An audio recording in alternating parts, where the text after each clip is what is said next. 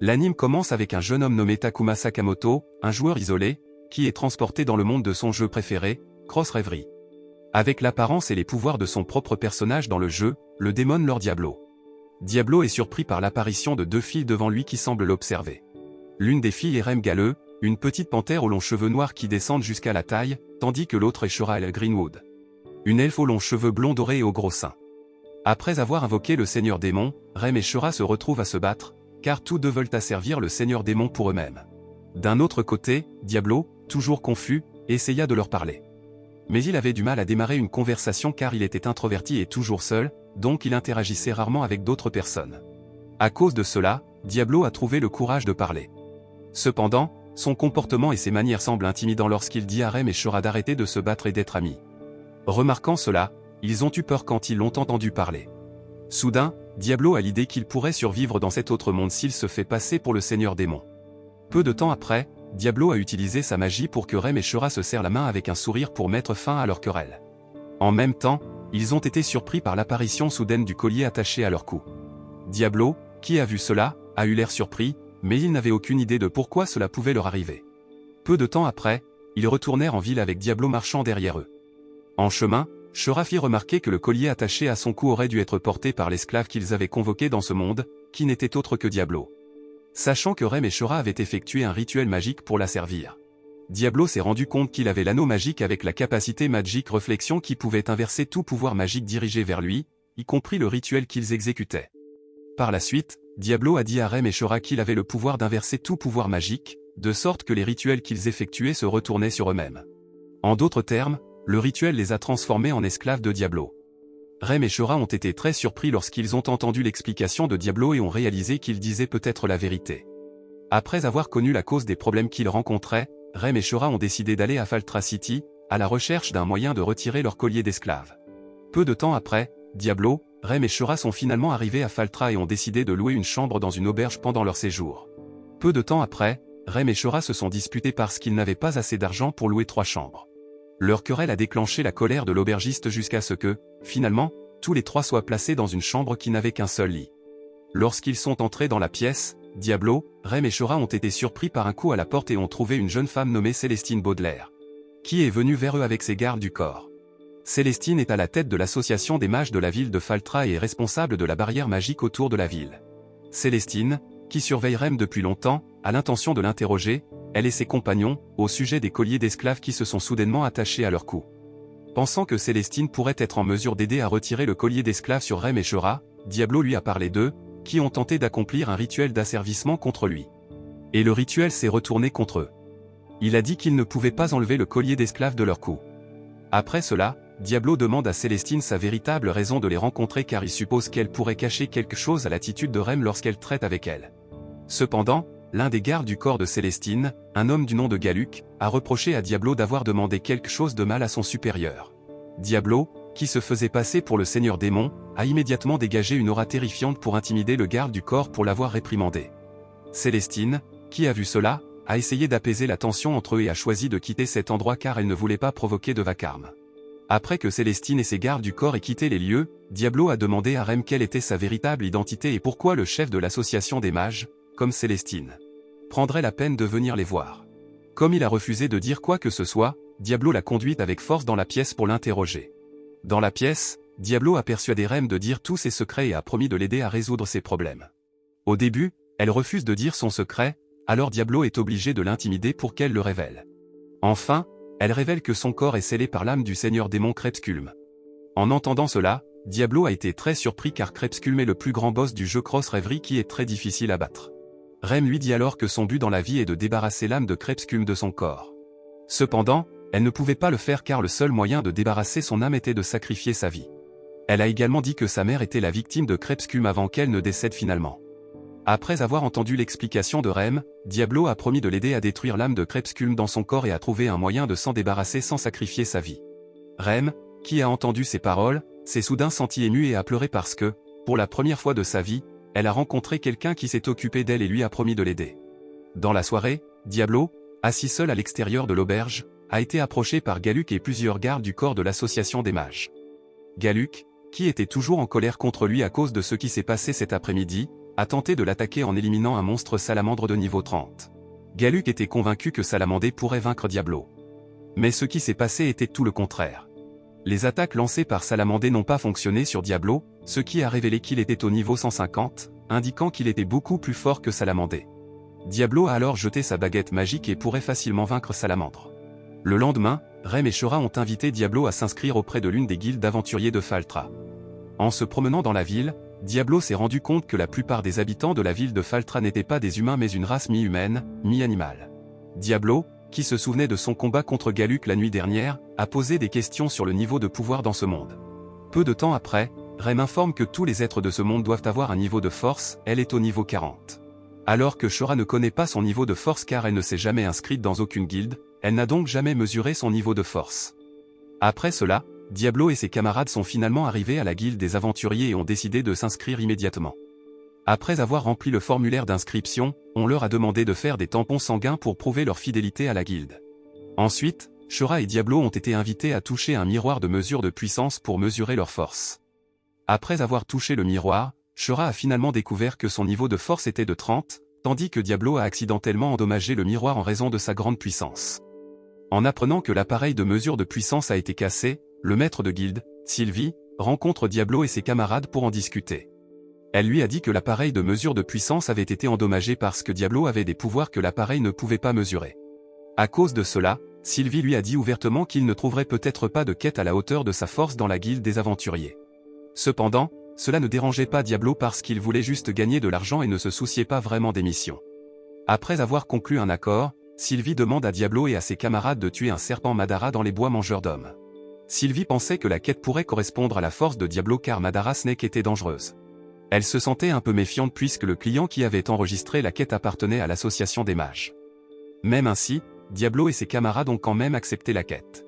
En arrivant à Man-Eating Woods, Shura réalisa que quelqu'un les observait derrière les arbres.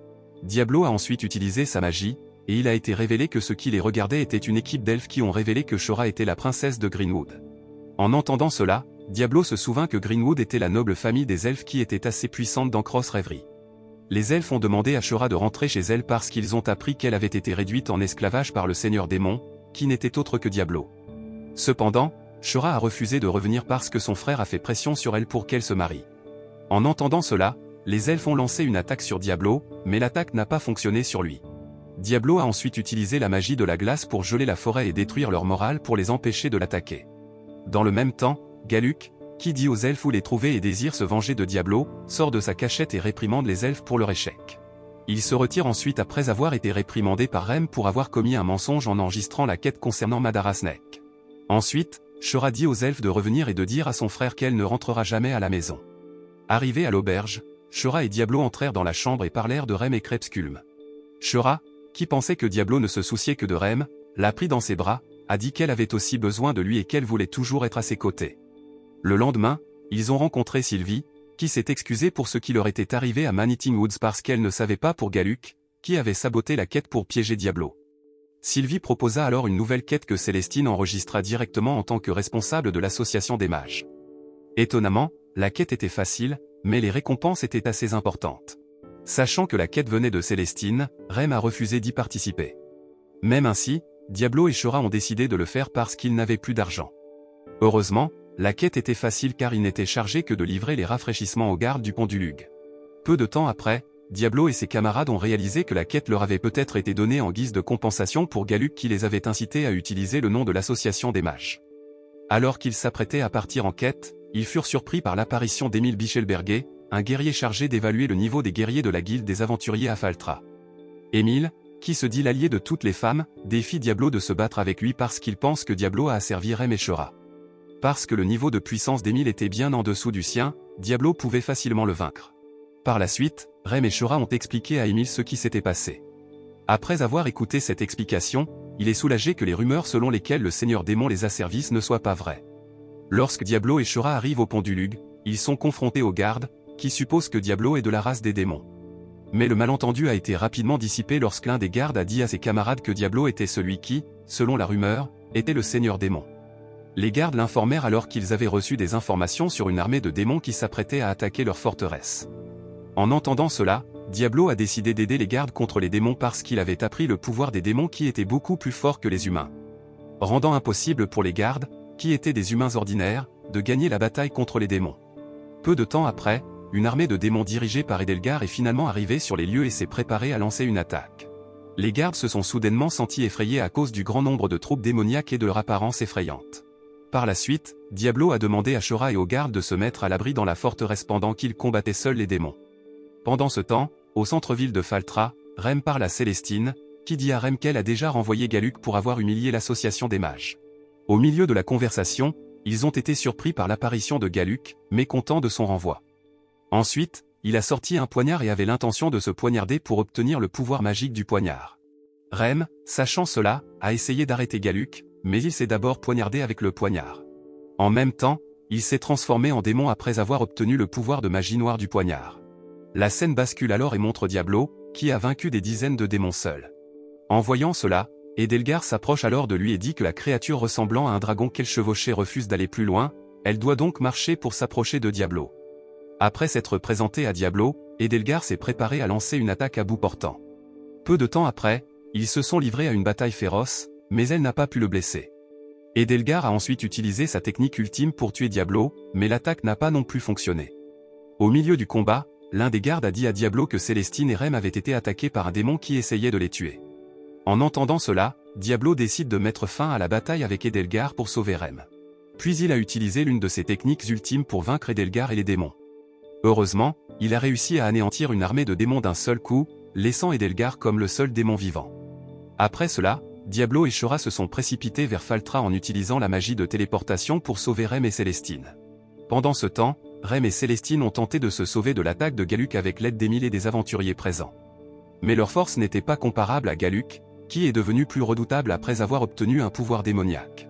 Peu de temps après, Diablo est finalement apparu et a réussi à le vaincre avec une seule attaque. Le lendemain, les habitants de la ville de Faltra ont enterré leurs familles et leurs proches victimes de l'attaque de Galuk. Dans le même temps, Diablo s'est rendu compte que le monde dans lequel il se trouvait était différent de Cross Reverie car, dans le jeu, chaque personnage mort au combat pouvait être ramené à la vie grâce à un rituel magique. Quelques jours plus tard, Diablo, qui pleurait toujours la mort de plusieurs habitants de la ville de Faltra lors de l'attaque, a été approché par Shura, qui a tenté de le réconforter. Voyant Shura essayer de séduire Diablo, Rem s'énerva et finit par se battre. Peu de temps après, Sylvie est arrivée sur les lieux et a informé que le conseil municipal de Faltra avait reçu des demandes du royaume de Greenwood pour remettre Shura dans les 10 jours. S'il ne se conforme pas à ces demandes, le royaume de Greenwood déclarera la guerre à Faltra City. Par conséquent, Sylvie a demandé à Diablo d'empêcher la guerre en négociant. Cependant, il parut surpris quand Sylvie lui demanda de négocier avec les elfes car Diablo n'avait pas les compétences pour négocier en tant que seigneur démon. De plus, elle a informé que le prince héritier des elfes offrait une récompense sous la forme d'une grande quantité de trésors à quiconque attrapait Shura et la remettait au royaume de Greenwood. En entendant cela, Diablo est devenu furieux, surtout après avoir appris que le prince héritier n'était autre que le frère aîné de Shura, Kerael Greenwood. Diablo a alors promis à Shura qu'il la protégerait toujours et ne laisserait personne la prendre de son côté. Par la suite, Sylvie a invité Diablo et ses camarades à rencontrer un homme du nom de Chester et Galfort, le gouverneur de la ville de Faltra. Sylvie dit qu'il y a 30 ans, Galfort a vaincu à lui seul le seigneur démon et qu'il est depuis le dirigeant de Faltra. Peu de temps après, ils sont finalement arrivés au bureau de Galfort et se sont présentés au gouverneur. Bien qu'ils connaissent la réputation de Diablo en tant que seigneur démon, Galfort a envoyé une jeune femme nommée Alicia Christella, l'une des chevaliers impériaux, pour aider Diablo et ses camarades à résoudre les problèmes avec le royaume de Greenwood. Après avoir rencontré Galfort, Diablo et ses camarades se sont dirigés vers le magasin d'armes parce que Diablo avait l'intention d'acheter une arme plus facile à utiliser. Puis Rem essaya de lui rappeler que dans cette ville, probablement personne ne vendait d'armes comme sa baguette magique. Cependant, Diablo voulait en fait une arme plus faible que sa baguette magique car il ne pouvait pas contrôler son grand pouvoir s'il utilisait sa baguette magique. En arrivant au magasin d'armes, Diablo a acheté le prototype de faux de guerre, qu'il utiliserait pour combattre quelqu'un sans le tuer. Il l'a vu à l'arrière du magasin d'armes et s'est rappelé que c'était un objet rare et limité de Cross Reverie. Sur le chemin du retour, Diablo et ses camarades ont été soudainement surpris par l'apparition de bombes fumigènes utilisées par les chasseurs de primes pour distraire Diablo lorsqu'ils ont kidnappé Shura. Par la suite, il s'est précipité après les ravisseurs et a finalement réussi à les attraper avec l'aide d'Emile, qui voulait rendre sa gentillesse parce que Diablo l'avait sauvé. Avant de se rendre au royaume de Greenwood, Diablo et ses camarades ont décidé de déjeuner en premier. Tout en déjeunant, ils ont été approchés par Célestine, qui a donné des informations sur un marchand d'esclaves, Médio, qui était autrefois son collègue dans l'étude de la magie, pour avoir un aperçu sur le retrait des colliers d'esclaves de Rem et Shura. En entendant cela, Diablo et ses camarades se sont précipités à l'endroit mentionné par Célestine pour rencontrer Médio. Arrivés sur les lieux, ils eurent l'air surpris car les esclaves étaient très bien traités. Soudain, une femme s'approcha d'eux. Elle s'est présentée comme Médio. Par la suite, Médio a semblé impressionnée lorsqu'elle a vu l'énorme flux de pouvoir magique émanant du corps de Diablo. Shura n'a pas nié cela et a révélé qu'elle pouvait voir le flux de pouvoir magique émanant de son corps et était convaincue que Diablo était un grand mage qui pourrait peut-être l'aider.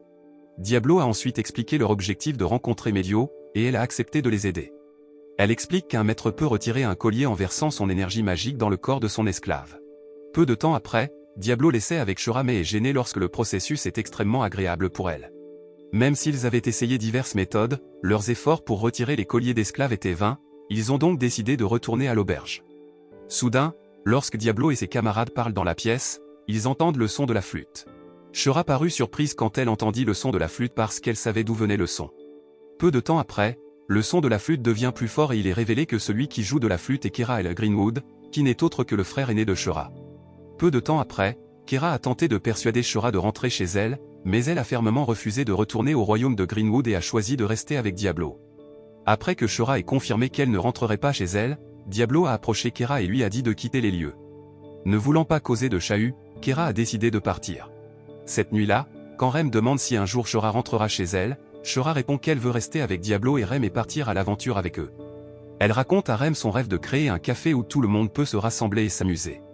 Le lendemain, Alicia et Rem ont l'intention de faire rapport à Galfort et Célestine de l'arrivée de Kera, essayant de persuader sa sœur. Avant de partir, Shura leur a dit qu'elle refuserait fermement si son frère venait la voir et la persuadait de rentrer chez elle. À l'intérieur de la pièce, Diablo et Shura essayaient de fabriquer des potions magiques qu'ils utiliseraient pour soigner les blessures pendant la bataille. Peu de temps après, ils ont entendu le son de la flûte jouée par Kera. Au même moment, Diablo remarqua que Kera était venu à cet endroit dans la voiture royale. Cependant, ce qui a le plus surpris Diablo, c'est la déclaration de Shura sur son désir de rentrer chez elle. Sachant cela, Diablo essaie d'arrêter Shura, mais elle lui dit qu'elle est fatiguée de s'enfuir et qu'elle veut retourner à Greenwood avec son frère. En entendant cela, Diablo décide de laisser partir Shura parce que c'est son souhait. Après que Kera ait éloigné Shura de Faltra City, Rem et Alicia arrivent enfin et posent des questions sur le départ de Shura. Diablo, toujours frustré, a expliqué que Shura était partie volontairement, donc il ne pouvait pas l'arrêter. Il ne pensait pas qu'elle choisirait de retourner au royaume de Greenwood, même si avant l'arrivée de Kera, Shura avait clairement indiqué qu'elle voulait vivre avec Diablo. Rem a ensuite parlé à Diablo du rêve de Shura de vouloir vivre avec eux et de créer un café. Alors Rem a refusé de croire si Shura avait soudainement dit qu'elle voulait retourner au royaume de Greenwood. Rem pensait que Shura pourrait être contrôlée par le pouvoir magique de Kera à travers la flûte dont il joue. Diablo le savait, mais il n'avait aucune preuve que Kera utilisait la magie pour contrôler Shura, donc il ne pouvait rien faire quand Kera l'avait emmené. Peu de temps après, il s'est relevé de sa crise et s'est précipité pour sauver Shura avec l'aide de Rem et Alicia. Pendant ce temps, Kera décida de se reposer dans la forêt avant de poursuivre son voyage vers le royaume de Greenwood. À l'intérieur de la tente, Shura est enchaînée et Kera est assise en face d'elle, tenant une flûte. Par la suite, il dit à Shura qu'elle ne doit pas oublier le pouvoir de sa flûte enchantée car lorsqu'il joue de la flûte, il peut la contrôler à sa guise. Ensuite, Kera sort le monstre visqueux, qui rampe ensuite sur le corps de Shura pour déchirer ses vêtements parce qu'il a l'intention de lui faire quelque chose. Cependant, avant que Kera ne puisse le faire, Diablo et ses camarades arrivent pour sauver Shura. Après avoir sauvé Shura, Diablo pose des questions sur son véritable souhait. Cependant, parce qu'elle était sous l'influence de la magie de Kera, Shura répondit qu'elle voulait retourner au royaume de Greenwood. En entendant cela, Diablo a utilisé ses pouvoirs en tant que maître de Shura et lui a ordonné de dire la vérité malgré l'influence de la magie de quelqu'un d'autre. Du fond du cœur, Shura a finalement dit qu'elle voulait rester avec Diablo et ses camarades. En entendant cela, Kera est devenu très en colère et a sorti le cristal magique pour invoquer un monstre connu sous le nom de Force Hydra pour attaquer Diablo. Heureusement, il a pu facilement esquiver l'attaque puis lancer une attaque qui a réussi à couper l'une des têtes du monstre. Diablo pensait que le monstre était très faible. Mais en fait, la tête du monstre pourrait redevenir normale. Shura dit alors à Diablo qu'il doit trouver le noyau de l'âme de l'hydre de force pour détruire le monstre. Sachant cela, il s'est précipité pour trouver l'emplacement du noyau de l'âme de l'hydre de force et a finalement réussi à détruire le monstre. Diablo s'est alors tourné vers Kera et avait l'intention de le tuer. Mais Shura l'a arrêté et a dit qu'elle ne voulait pas qu'il tue son frère. Kera, qui avait été vaincu, s'est précipité pour s'échapper de cet endroit. Mais ensuite, Kera est tué par Galfort, qui arrive avec son armée. Galfort ordonna alors à son armée de détruire les elfes, de capturer Shura et de tuer quiconque tentait de se mettre en travers de leur chemin. Diablo, qui essayait de protéger Shura, se sentait en colère et était sur le point d'attaquer Galfor. Mais il a piégé Diablo avec la barrière magique, rendant difficile pour Diablo de se déplacer.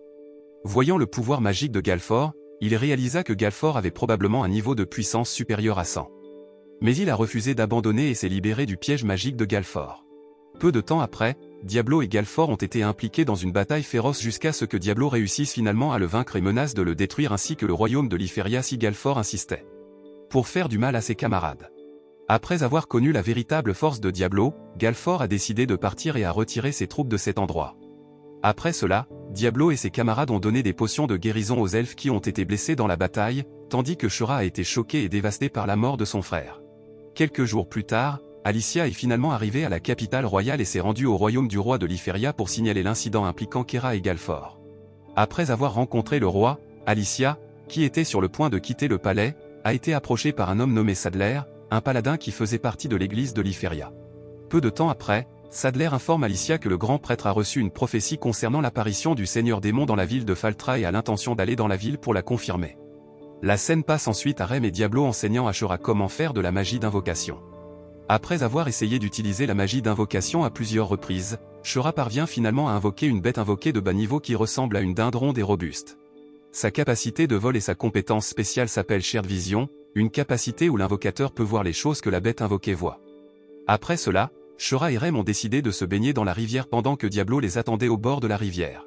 Peu de temps après, Edelgar est arrivé à cet endroit et a parlé de l'âme du seigneur démon Crepsculm résidant dans le corps de Rem. Edelgar leur dit qu'elle connaît un rituel pour ressusciter le seigneur démon et assure que Rem ne mourra pas après le rituel. Au lieu de cela, Rem serait protégée par le seigneur démon car elle était considérée comme la mère qui lui avait donné naissance. Puis Edelgar dit à Diablo qu'elle lui apprendra le rituel, afin qu'il puisse sauver Rem. En entendant cela, il a accepté cela, et ils ont accepté d'effectuer le rituel à Starfall Tower, où Rem et Shura ont effectué le rituel d'invocation pour le seigneur démon, en 3 jours. Après son retour en ville, Diablo et ses camarades sont approchés par Alicia, qui l'informe de Sadler, qui s'est rendu à Faltra City pour tuer le seigneur démon et toute autre personne identifiée comme son adorateur. Peu de temps après, Alicia a rappelé à Diablo que Sadler avait plus d'une centaine de niveaux de puissance. Ce qui signifiait qu'il était un ennemi difficile à battre lorsqu'ils étaient du côté opposé. En entendant cela, Diablo s'est inquiété parce qu'il disait toujours à tout le monde qu'il était le seigneur démon, donc Sadler le ciblerait définitivement. Alors qu'ils étaient sur le point de retourner à l'auberge, ils rencontrèrent à la place Sadler et son armée, qui voulaient confirmer l'existence du seigneur démon dans la ville. Malgré l'avertissement d'Alicia, Diablo s'est présenté comme le seigneur démon devant Sadler. Sadler, qui a entendu cette déclaration, s'est préparé à utiliser sa magie pour le transformer en pierre. Heureusement, Diablo a agi plus rapidement en utilisant son anneau magique et a inversé la magie jusqu'à ce que Sadler se transforme en pierre. Parce que leur chef avait été vaincu, son armée a décidé de battre en retraite tout en emmenant Sadler. Peu de temps après, Diablo et ses camarades arrivent enfin à l'auberge, où Rem a l'intention de parler à Alicia du rituel d'éveil du seigneur démon Crepsculm. Shura a accepté parce qu'Alicia était leur camarade. Cependant, Diablo n'a rien dit parce que, pour une raison quelconque, il avait un mauvais pressentiment à propos d'Alicia, d'autant plus qu'elle était un chevalier impérial, tout comme Sadler. Quelques jours plus tard, Diablo et ses camarades ont finalement rencontré Edelgar à Starfall Tower pour effectuer un rituel de résurrection. Puis Edelgar explique que Diablo doit verser son énergie magique dans Rem pour libérer le seigneur démon Crepsculm. Malgré son embarras, il le fait, et il émerge comme un démon hideux, mais ensuite il se transforme en une jolie petite fille.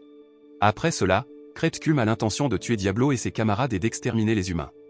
Mais Diablo et ses camarades ont essayé de le persuader, et Shura a innocemment essayé de lui offrir les biscuits, pensant qu'il pourrait avoir faim. Après avoir goûté les délicieux biscuits, étonnamment, Crepsculm s'est intéressé à la dégustation de plats plus délicieux et a décidé de ne pas détruire le monde ni d'anéantir la race humaine. Sur le chemin du retour vers Faltra City, Diablo et ses camarades ont été surpris par l'apparition d'un démon nommé Ulrex, le serviteur du seigneur démon. Ulrex avait l'intention d'anéantir les habitants de la ville de Faltra pour célébrer la résurrection du seigneur démon. Cependant, Crepsculm a rejeté l'idée et lui a ordonné de ne pas tuer d'humains. En entendant cela, Ulrex s'est soudainement senti choqué et a supposé que le rituel d'éveil n'était pas complètement terminé et avait l'intention de tuer Crepsculm. Peu de temps après, Edelgar a tenté d'empêcher Ulrex de tuer Crepsculm, mais elle n'était pas à la hauteur de lui. Après la défaite d'Edelgar, Diablo est intervenu et l'a attaqué. Soudain, une bataille féroce s'ensuivit entre eux jusqu'à ce que Diablo le batte finalement après avoir inversé sa magie. Après avoir vaincu Ulrex, Diablo et ses camarades ont poursuivi leur voyage et ont décidé d'appeler Crépuscule Clem pour cacher son identité de seigneur démon.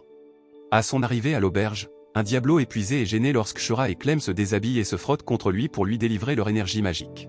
En même temps, en privé, Alicia se souvient comment elle a souffert de parents et de supérieurs abusifs et veut que Crépuscule anéantisse toutes les races mortelles. Pendant ce temps, Sadler redevient cher et jure de se venger. Le lendemain, Diablo et ses camarades ont emmené Clem dans un restaurant pour le déjeuner. Cependant, lorsqu'ils sont sur le point de retourner à l'auberge, Rem et Clem se séparent de Diablo et Shura. Alors qu'elle est séparée de Shura et Diablo, Alicia trahit Rem et Clem à Sadler, et ils sont arrêtés parce qu'elle dit à Sadler qu'ils sont les adorateurs du Seigneur Démon. Il s'avère que le plan d'Alicia est de traumatiser Clem pour qu'elle redevienne elle-même. Après cela, Sadler les emmène dans une église où il a l'intention de torturer Rem jusqu'à ce qu'elle avoue adorer un Seigneur Démon. D'un autre côté, Diablo et Shura les recherchent tandis qu'une armée massive de Fallen marche vers Faltra City. Lorsque Clem essaie de protéger Rem, Sadler tente de la frapper. Voyant cela, Rem protège Clem avec son corps. À cause de cela, Clem craque et revient à sa forme de démon d'origine. Elle tue Sadler et fait exploser l'église. Alors qu'elle se déchaîne, Diablo et Shura arrivent. Pendant ce temps, Alicia rejoint l'armée des démons, et elle, Edelgar et Ulrich célèbrent le retour du vrai Crépuscule. Alors que Shura soigne les blessures de Rem avec des potions, Diablo combat Crépuscule et l'endommage considérablement mais ne peut pas la retenir. Après qu'Emile ait protégé les filles de l'attaque, Rem révèle qu'elle va bien, obligeant Crépuscule à revenir à la petite fille qui est Clem. Après cela, l'armée de démons se retourne contre Alicia pour son échec, mais Edelgar les retient et lui dit de fuir. Le lendemain, Sylvie tente de tuer Clem pour la destruction qu'elle a causée. Mais elle réfléchit lorsque Diablo lance le sort pour lui lier Clem en tant qu'esclave et faire apparaître un collier autour de son cou, car un esclave ne peut pas désobéir à son maître. Peu de temps après, Alicia apparaît et révèle qu'elle a faufilé Edelgar, gravement blessé en combattant les autres démons, et supplie Clem de la guérir, ce qu'elle fait. Clem ordonne alors à Edelgar de ne plus jamais tuer de mortels. Peu de temps après, Rem demande à Alicia pourquoi elle l'a trahi, et Alicia révèle ses souffrances passées et son désir d'éliminer les races mortelles. Puisque Clem ne tuera pas, Alicia essaie de mettre fin à ses jours, mais Diablo l'arrête et lui dit de trouver un nouveau but pour vivre, puis Rem lui pardonne. Le lendemain, Edelgar se déguise en humaine et se mêle aux gens. Pendant ce temps, Alicia part pour un nouveau voyage. Le lendemain, Shura et Rem demandent à Diablo de choisir l'un d'entre eux à embrasser, mais il refuse, car il est un seigneur démon et ne fait que ce qu'il veut. L'anime se termine. La morale qui peut être tirée de cet anime est de ne pas passer tout votre temps à jouer à des jeux en ligne, car vous pourriez entrer dans le jeu et devenir le seigneur démon dans le jeu.